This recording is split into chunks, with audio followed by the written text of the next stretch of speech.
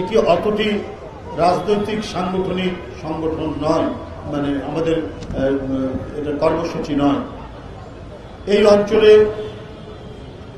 গত আন্দোলনে মোট কতজন মারা গেছে? 61 জন মারা গেছে শুধু বাড্ডা থানায়।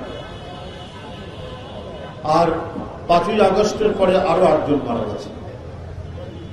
তার মানে কি, এরা প্রত্যেকেই হচ্ছে গণতন্ত্রে অর্জনের, গণতন্ত্রের যুদ্ধের একজন অকুতভয় সৈনিক, যারা অকাতরে নিজের জীবন উৎসর্গ করতে দ্বিধা করে। এই সাহসী বীরদের এক পুণ্যভূমি হচ্ছে এই বাড্ডা থানা। শুধুমাত্র একটি রাজনৈতিক আন্দোলন, যে আন্দোলনের জন্য 15-16 বছর বিএনপি সহ গণতন্ত্রমনা রাজনৈতিক দলগুলো লড়াই করেছে। এই আত্মদান গৌরবান্বিত আত্মদান, এই আত্মদান পৃথিবীর যে কোনো দেশের স্বাধীনতা গণতন্ত্র অর্জনের জন্য যে রক্ত ঝরে রাজপথে, তার সাথেই তুলনীয়, তার সাথে একসাথে আমরা এটার সাযুজ্য করতে পারি। আজকে আমাদের কাছ থেকে চলে গেছে আবু সাইদ, রংপুর পায়রাবন, রংপুর বেগম রোকেয়া বিশ্ববিদ্যালয়ের ইংরেজি বিভাগের ছাত্র। কি মহিমান্বিত আত্মদান! নিজের শার্টের বোতাম ছিঁড়ে পুলিশের গুলি বরণ করার জন্য নির্দ্বিধায় সে দাঁড়িয়েছিল, গুলি বরণ করেছে, হাসতে হাসতে পৃথিবী থেকে বিদায় নিয়েছে। আমাদের কাছে রেখে গেছে গণতন্ত্রের পতাকা, সত্যের পতাকা, আমাদের কাছে রেখে গেছে আদর্শের পতাকা। তার রক্ত ভেজা শার্ট আমাদের কাছে আজীবন এই জাতির কাছে, এদেশের আগামী দিনের রচিত ইতিহাসের কাছে একটি রক্তমাখা গণতন্ত্রের পতাকা হিসাবে পথ করে এই পলিমাটির সৌরভ ভরা পলিমাটিতে পতিত হবে। এরপরে মুগ্ধ, এরপরে ফারহান, এরপরে আরো কত তরুণ প্রাণ, ওয়াসিম, আর কত তরুণ প্রাণ ঝরে গেল শুধুমাত্র একটা ভয়ঙ্কর কর্কশ রক্তপায়ী রক্তলোভী এক নারী ক্ষমতা জোর করে আঁকড়ে রাখার জন্য। তিনি নিজের দেশের ওই শিশু সন্তান যে প্রাইমারি স্কুলে যায়, যে হাই স্কুলে যায়, যে কলেজে যায়, ইউনিভার্সিটিতে যায়, তাকে পাখির মতো গুলি করতে দ্বিধা করেনি। এই নরপিশাচ নারী, এটা কার সাথে তুলনা করব? এটা কার সাথে তার তুলনা হতে পারে? আমরা ফেরাউনের কথা বলি, আমরা নমরুদের কথা বলি। এ যেন সেই নমরুদ ফেরাউনের আত্মা নিয়ে এক লেডি ফেরাউন হয়ে তিনি এদেশের মানুষ, নিজ দেশের শিশু সন্তানদের রক্ত পান করতে দ্বিধা করেন। উপস্থিত এলাকাবাসী, আমরা তাদের এই বীরত্ব গাথা ইতিহাস নিয়ে আজকে আপনাদের সামনে কথা বলছি। আজকে এই দুরাচারী নারী শেখ হাসিনা, তার জন্য কেউ কেউ মায়া কান্না কাঁদে, কেউ কুমিরের কান্না কাঁদে, এবং যে দেশে তিনি আশ্রয় নিয়েছেন সেই দেশ যেন কোনোভাবেই স্থির হতে পারছে না। বাংলাদেশের বিরুদ্ধে ক্রমাগতভাবে তারা অপপ্রচার, মিথ্যাচার, অপতথ্য, কলঙ্ক লেপন করে চলছে। পৃথিবীর অন্য কোনো দেশ এটা করছে না। বরং আমাদের এই পট পরিবর্তন, 5ই আগস্টের পরিবর্তনের পরে এদেশের সাহসী জনতা আর তারুণ্যের যে উচ্ছ্বাস, তাদের যে আত্মদান, এটা গৌরবান্বিত হয়েছে। পৃথিবীর আটলান্টিকের ওই পার থেকে প্রশান্ত মহাসাগর, ভারত মহাসাগর, আরব সাগর, প্রত্যেকটি জায়গায় এই দেশের তরুণ জনতার, ছাত্র জনতার এই আত্মদানের ঢেউ যেন গোটা বিশ্বকে এক ধরনের একটি চমক দিয়েছে। অথচ পার্শ্ববর্তী দেশ তারা অপতথ্য দিয়ে যাচ্ছেন। বাংলাদেশে নাকি সংখ্যালঘুদের উপর অত্যাচার হচ্ছে। কোথায় অত্যাচার হচ্ছে ভাই? অত্যাচার তো করছেন আপনারা। দিল্লির জুম্মাবারে জুম্মার নামাজ আদায়ের সময় পুলিশ গিয়ে মুসল্লিদেরকে আঘাত করছে, লাথি মারছে। সংখ্যালঘু নিপীড়ন তো হয় ভারতে, সংখ্যালঘুদের উপর উৎপীড়ন হয়তো আমাদের এই পার্শ্ববর্তী দেশে। 400 বছরের সম্রাট বাবর যে মসজিদ নির্মাণ করেছিলেন, সেই মসজিদকে ভেঙে চুরে তারা সেখানে মন্দির নির্মাণ করেছে। তো সংখ্যালঘুদের উপর যত অত্যাচার, অবিচার, অনাচার, ওটা তো হয় ওই দেশে, বাংলাদেশে হয় না। বাংলাদেশে হিন্দু, মুসলমান, খ্রিস্টান হাতে হাত ধরে ঘোরাফেরা করে।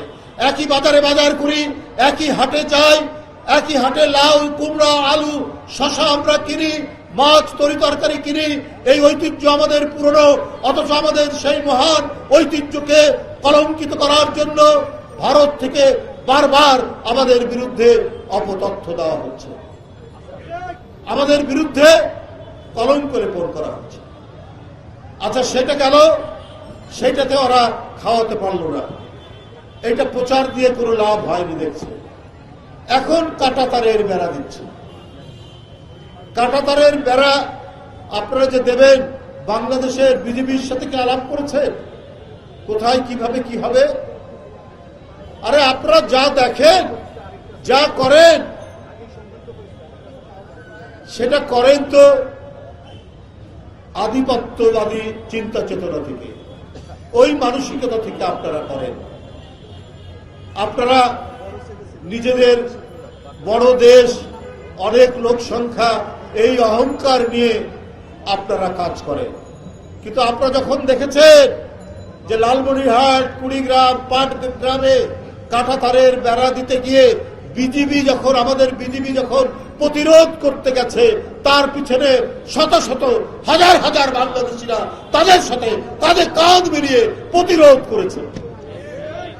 তো সুতরাং আপনারা দাঁড়িপাল্লা দিয়ে মাপবেন বাংলাদেশের মানুষের দেশপ্রেম, বাংলাদেশের মানুষের জাতীয়তাবাদী চেতনা, বাংলাদেশের মানুষের স্বাধীনতা, সার্বভৌমত্ব রক্ষা করার অঙ্গীকার, এইটা অনেক বেশি শক্তিশালী।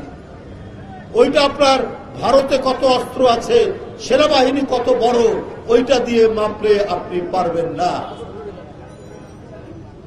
বন্ধুরা আমার, আপনারা কেন এটা করছেন? আপনারা এত অস্থির কেন? আপনারা বাংলাদেশের বিষয়ে আপনারা কেন যেন এলোমেলো কথা বলছেন? কারণ আপনারা কোনোভাবেই শেখ হাসিনার পতন কামনা করেননি। কারণ আপনাদের স্বার্থ শেখ হাসিনা দেখতো, বাংলাদেশের স্বার্থ দেখত না। কারণ শেখ হাসিনা জানে ও নির্বাচন দিলে, অবাধ সুষ্ঠু নির্বাচন দিলে শেখ হাসিনা কোনোদিন জিতবে না। তাই সেই সবসময় দিল্লির একটা শেল্টার চেয়েছে, দিল্লির একটা আশ্রয় চেয়েছে। এই কারণে তারা যা চেয়েছে, উনি নিজের মুখে বলেছে, আপনাদের মনে আছে না? নিজের মুখে বলেছে, ভারতকে আমি যা দিয়েছি ওরা মনে রাখবে। তো আপনি কি দিয়েছেন যে ভারত মনে রাখবে? তাতে কি আপনি আমাদের স্বাধীনতা বিক্রি করেছেন না সার্বভৌমত্ব বিক্রি করেছেন? এইটা আপনি বলেননি। কিন্তু এখন আমরা টের পাচ্ছি যে আপনি অনেক কিছুই তাদের কাছে বিক্রি করেছেন। এই কারণেই আজকে ভারতের নীতি নির্ধারকরা, কিছু রাজনৈতিক দল অত্যন্ত অস্থির হয়ে গেছে শেখ হাসিনার জন্য। বন্ধুরা আমার, আমি দীর্ঘায়িত করতে চাই না। আপনার শেখ হাসিনার কীর্তি বর্ণনা করলে সারাদিন লাগবে। কোন সেক্টরে বলবো?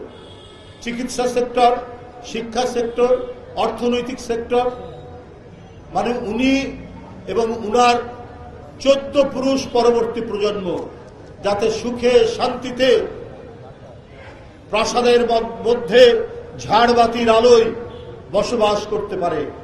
এই কারণে শেখ হাসিনা, তার বোনের নাম কি, শেখ রেহানা, তার ছেলে মেয়েদের জন্য তিনি কয়েকশো বছরের একেবারে প্রস্তুতি করে দিয়ে গেছে।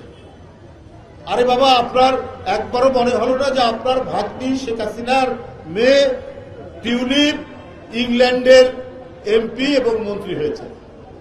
কিন্তু ওই দেশ তো আর বাংলাদেশ না।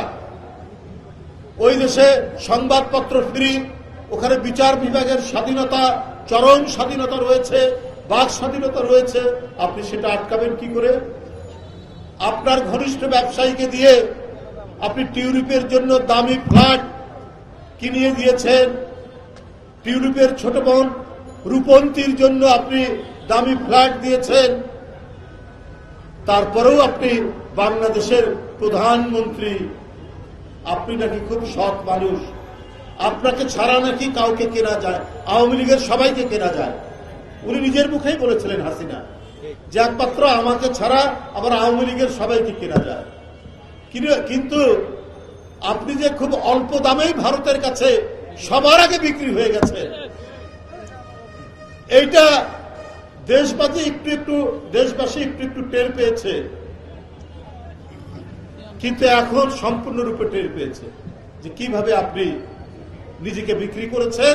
আর গোটা দেশকে বিক্রি করে আপনার ভাগ্নির জন্য, আপনার ভাগ্নার জন্য, আপনার ছেলে সজীব ওয়াজেদ জয়ের জন্য, আপনার মেয়ে সাইমা ওয়াজেদ পুতুলের জন্য আপনি যে সাদ্দাদের বেহেশত তৈরি করে দিয়ে গেছেন, এইটাও তো এখন গণমাধ্যমে প্রচার হচ্ছে, এটাও তো আমরা জানতে পারছি। সজীব ওয়াজেদ জয় কোথায় থাকেন জানি না, দুবাই না কোথায় না আমেরিকায়, তার 8টা বিলাসবহুল গাড়ি পাওয়া গেছে। একটা না 8টা বিলাসবহুল গাড়ি, মানে যে সে গাড়ি না, একটার দাম 20-25 কোটি টাকা দাম। তো আপনার ছেলে কি করত? সজীব ওয়াজেদ জয় আপনারা শুনেছেন, ওই কি কোনো ব্যাংকের ম্যানেজার ছিল, কোনো অফিসের কর্মকর্তা ছিল, কোনো বিশ্ববিদ্যালয়ে পড়াশোনা করত, কোথাও বড় ব্যবসা করত? আমরা তো শুনিনি। তাহলে এত বিলাসবহুল গাড়ি লুটপাটের কথা। বাংলাদেশের মানুষ অনেক কিছুই টের পেয়েছে, কিন্তু শেখ হাসিনার গুম খুন গুপ্ত হত্যার ভয়ে অনেকে মুখ খুলতে সাহস পায়। আর এই এসকে সুর সে এইভাবে একটি দেশকে লুট করে, একটি দেশকে আত্মসাৎ করে যে প্রধানমন্ত্রী কোটি টাকা বাংলাদেশ থেকে পাচার করেছে। তাই বন্ধুরা আমার, এইভাবে একটি দেশকে লুট করে, একটি দেশকে আত্মসাৎ করে যে প্রধানমন্ত্রী থাকতে পারে বিনা ভোটে, সে ছোট বাচ্চা শিশু, তাকে হত্যা করবে না তো কাকে করবে? সে একটা তরুণ কিশোর স্কুল কলেজে, বাংলাদেশের মধ্যে যত আপনার জায়গা জমি আছে সেগুলো দখল করবে। 60 কাঠা জায়গা তিনি পূর্বাঞ্চলে নিয়েছেন। কেন? আপনার রাজুগের নিয়ম অনুযায়ী ঢাকা শহরে যদি কারো প্লট থাকে, কারো বাসা থাকে, কারো যদি আবাসন থাকে, সে নতুন করে সরকারি প্লট নিতে পারে না। শেখ হাসিনা সমস্ত বিধিবিধান, সমস্ত আইনকে পদদলিত করে তিনি 60 কাঠা পূর্বাঞ্চলে তিনি প্লট নিয়েছেন সাইমা ওয়াজেদ পুতুলের নামে, আপনার ওই টিউলিপের নামে, আপনার কি বলে যে তার ছেলে সজীব ওয়াজেদ কি না, তার ছেলের নামে আপনার 10 কাঠা করে 6 জনের নামে তিনি প্লট দিয়েছেন। কত বড় চোর, কত বড় ডাকাত, কত বড় আত্মসাৎকারী হতে পারে শেখ হাসিনা, যে এই কাজটি তিনি করতে পারেন।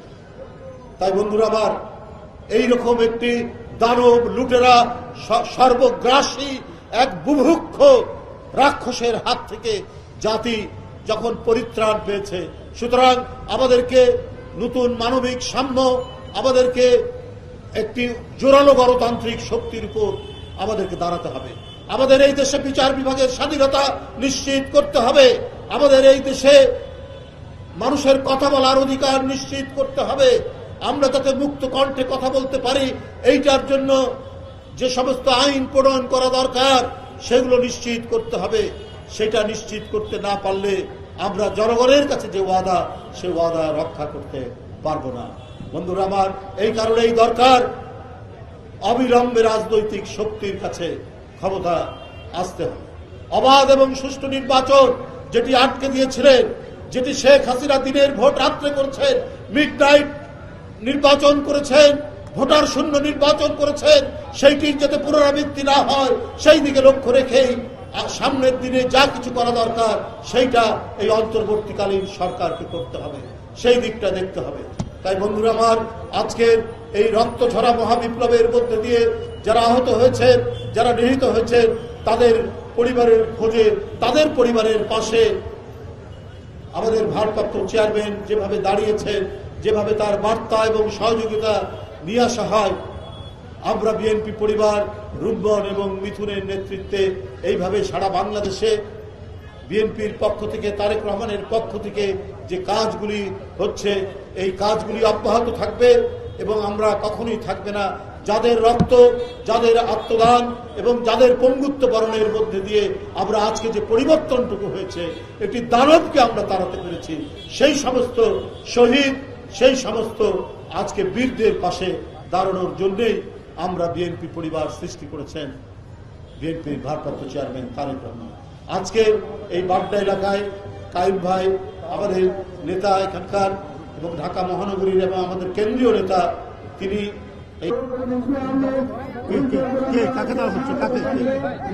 আচ্ছা ঠিক আছে,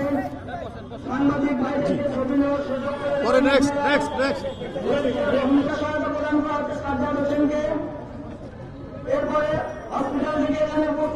আচ্ছা বাবু।